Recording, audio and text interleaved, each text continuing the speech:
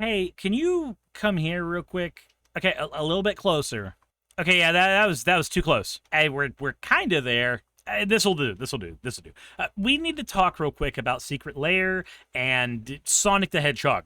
Honestly, people are starting to get their Sonic Secret Lairs, so I have opinions.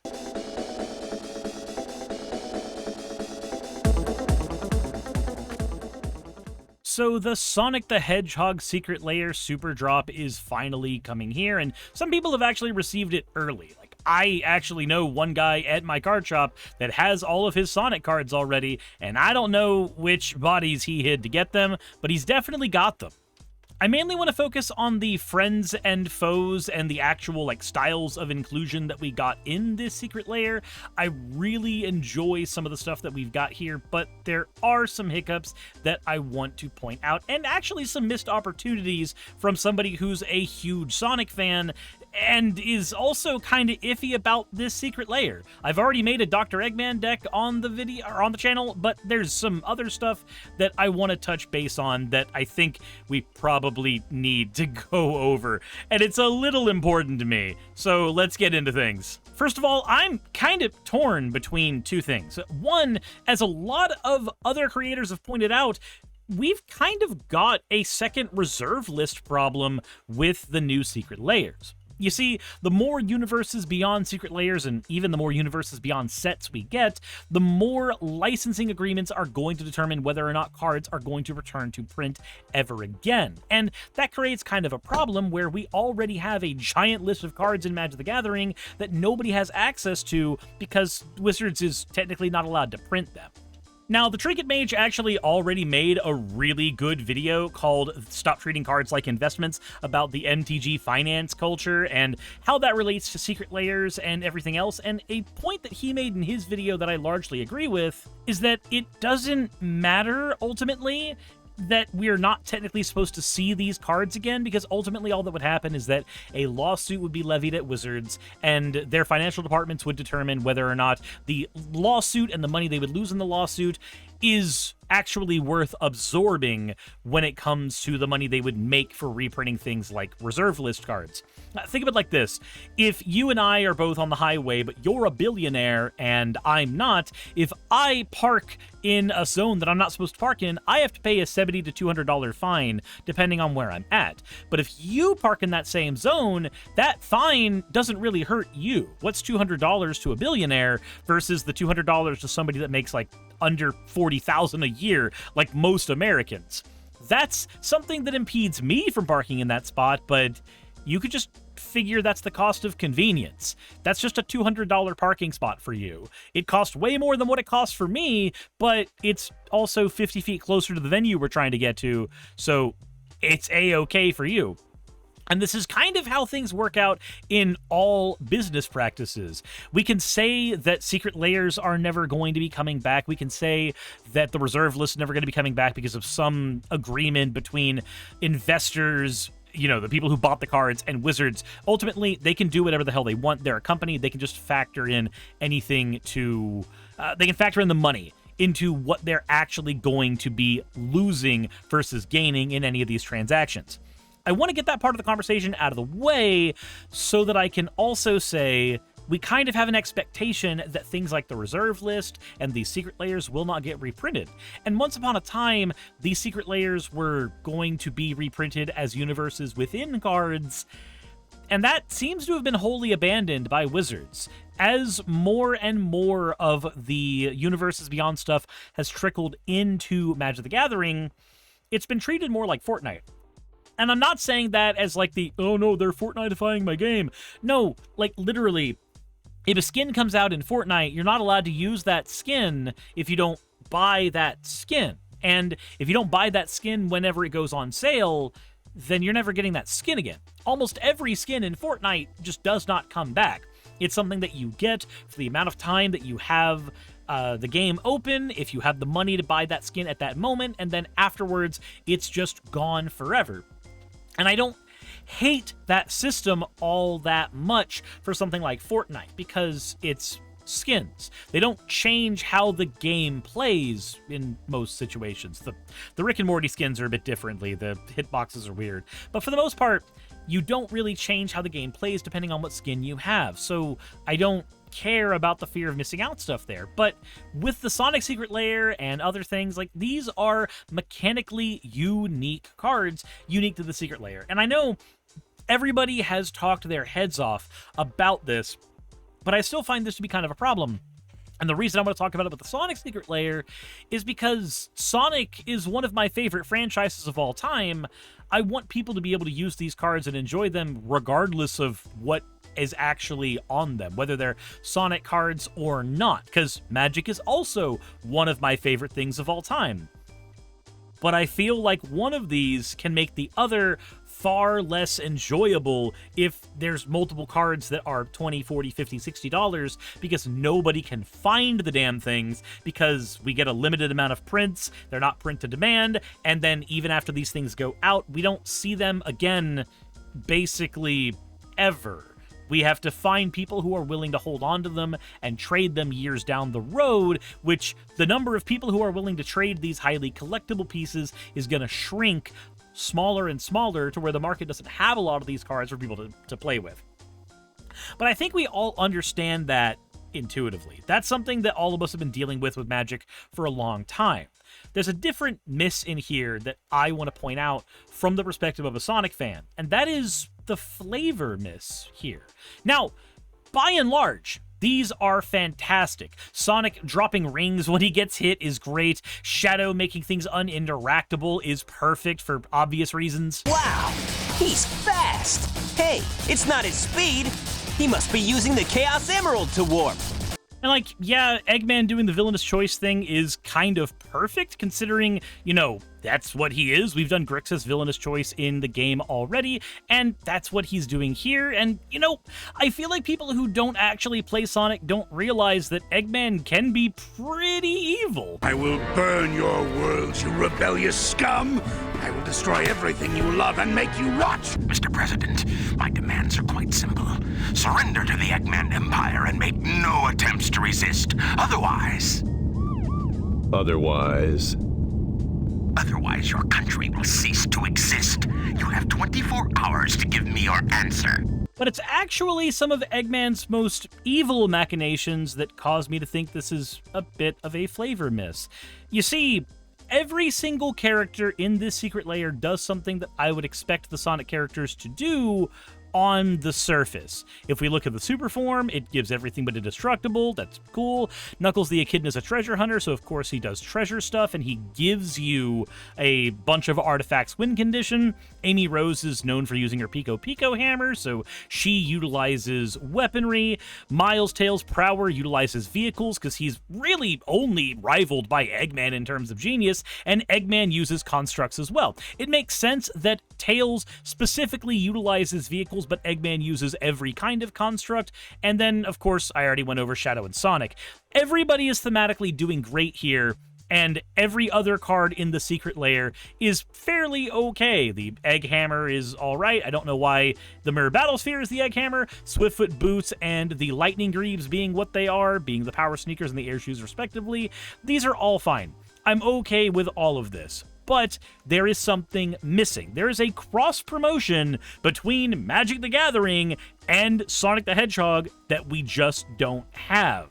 You see, in the story of Magic the Gathering, there is a concept called the Phyrexian Oil, and the Phyrexian Oil is a substance that will transform anybody into a Phyrexian if it gets to them. The rules of the oil have changed over time, but the concept is always consistent. You get Phyrexian Oil on you, you end up becoming a Phyrexian. It infects you with this Artificer's virus, effectively. You become one with the machine. And the reason that I'm pointing that out is because there is a major and well-known arc in the Sonic series that covers this exact same concept.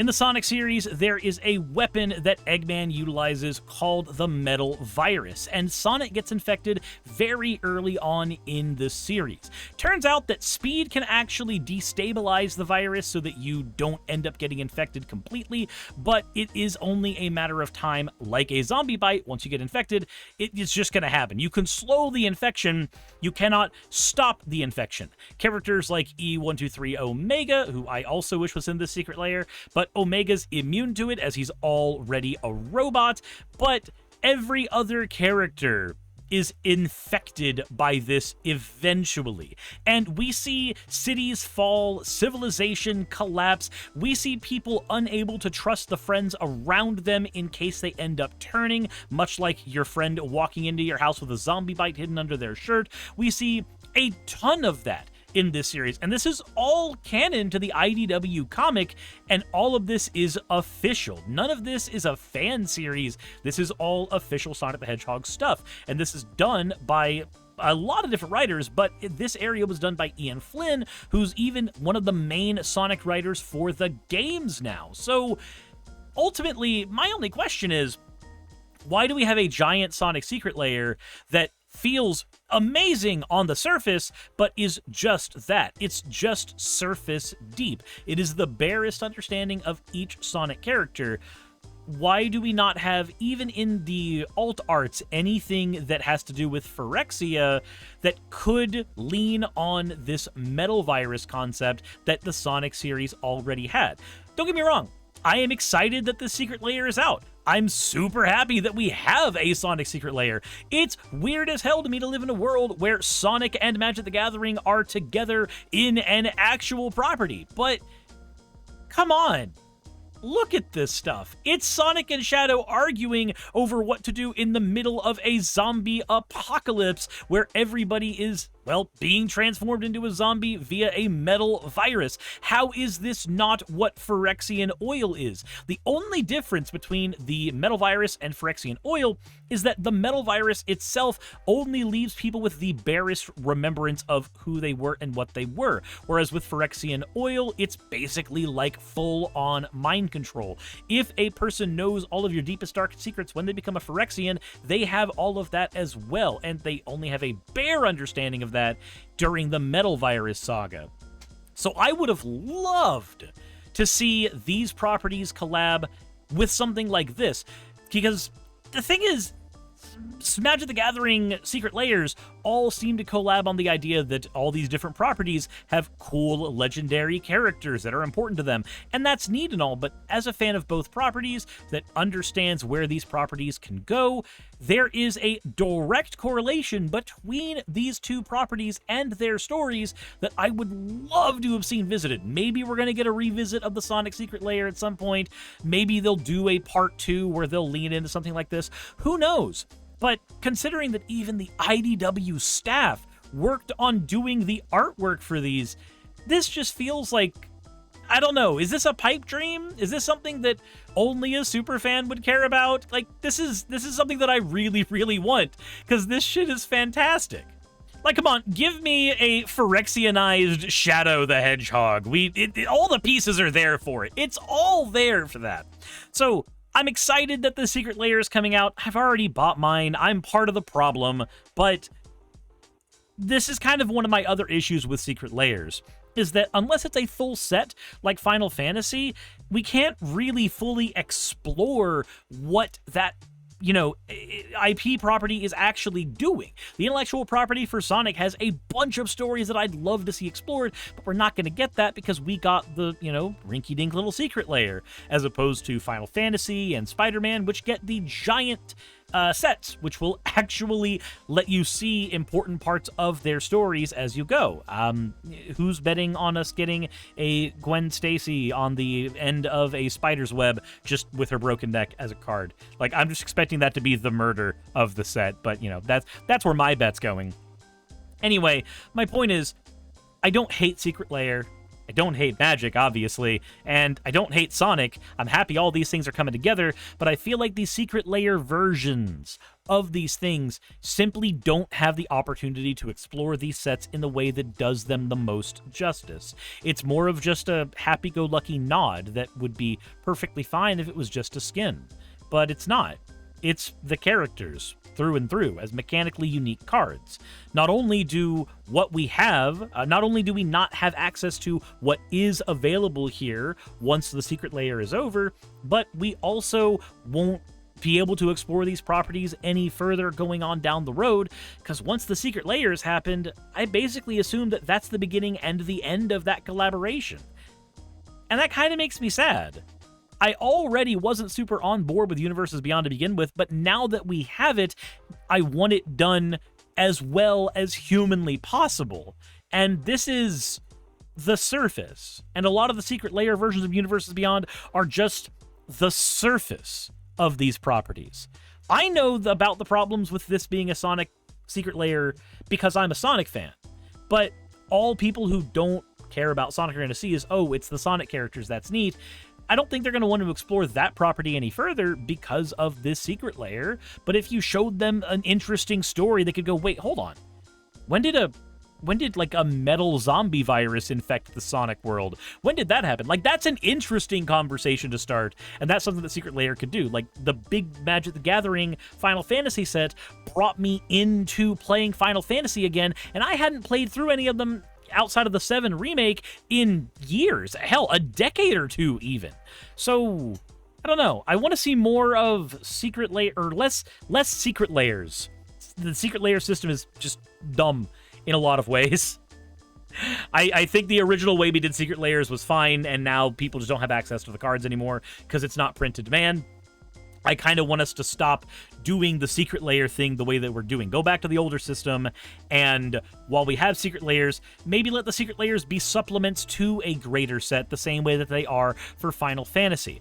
After all, there's only so many intellectual properties in the world, and there's only so many of them that are markable enough for Magic the Gathering to collaborate with. It would be way better for all of us, as players and as enjoyers of these other properties, for Magic to slow its roll and give us these as full sets over time. If we're already going to have to get the full sets anyway, then that at least slows down this release of every collab all the time. I don't know. Maybe I'm just shooting for the stars here. Maybe this is just a rant on a thing that I truly enjoy, but I do want to get my opinion out there while it is fresh in my head.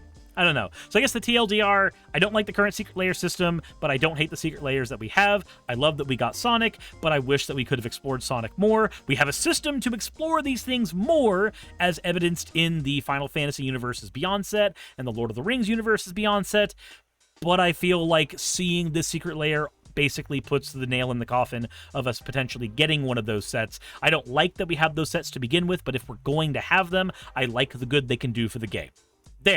There's my take, messily thrown out on the floor. The TLDR was even too long. But let me know what you guys think. Maybe you have a different opinion. Maybe you think differently than I do on this. And it's entirely okay to think differently than I do on this. This is just my take as somebody who's a fan of both properties. I like what we have, but I want to see it better.